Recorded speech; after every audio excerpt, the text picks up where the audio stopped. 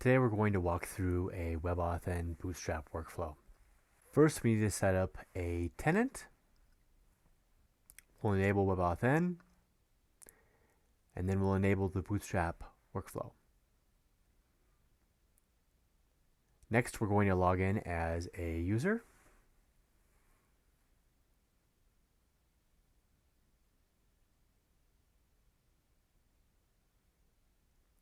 We now can add a passkey.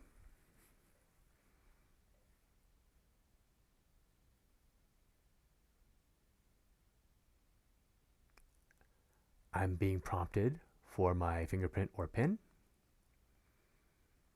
I'm logging out. Now I am providing my username,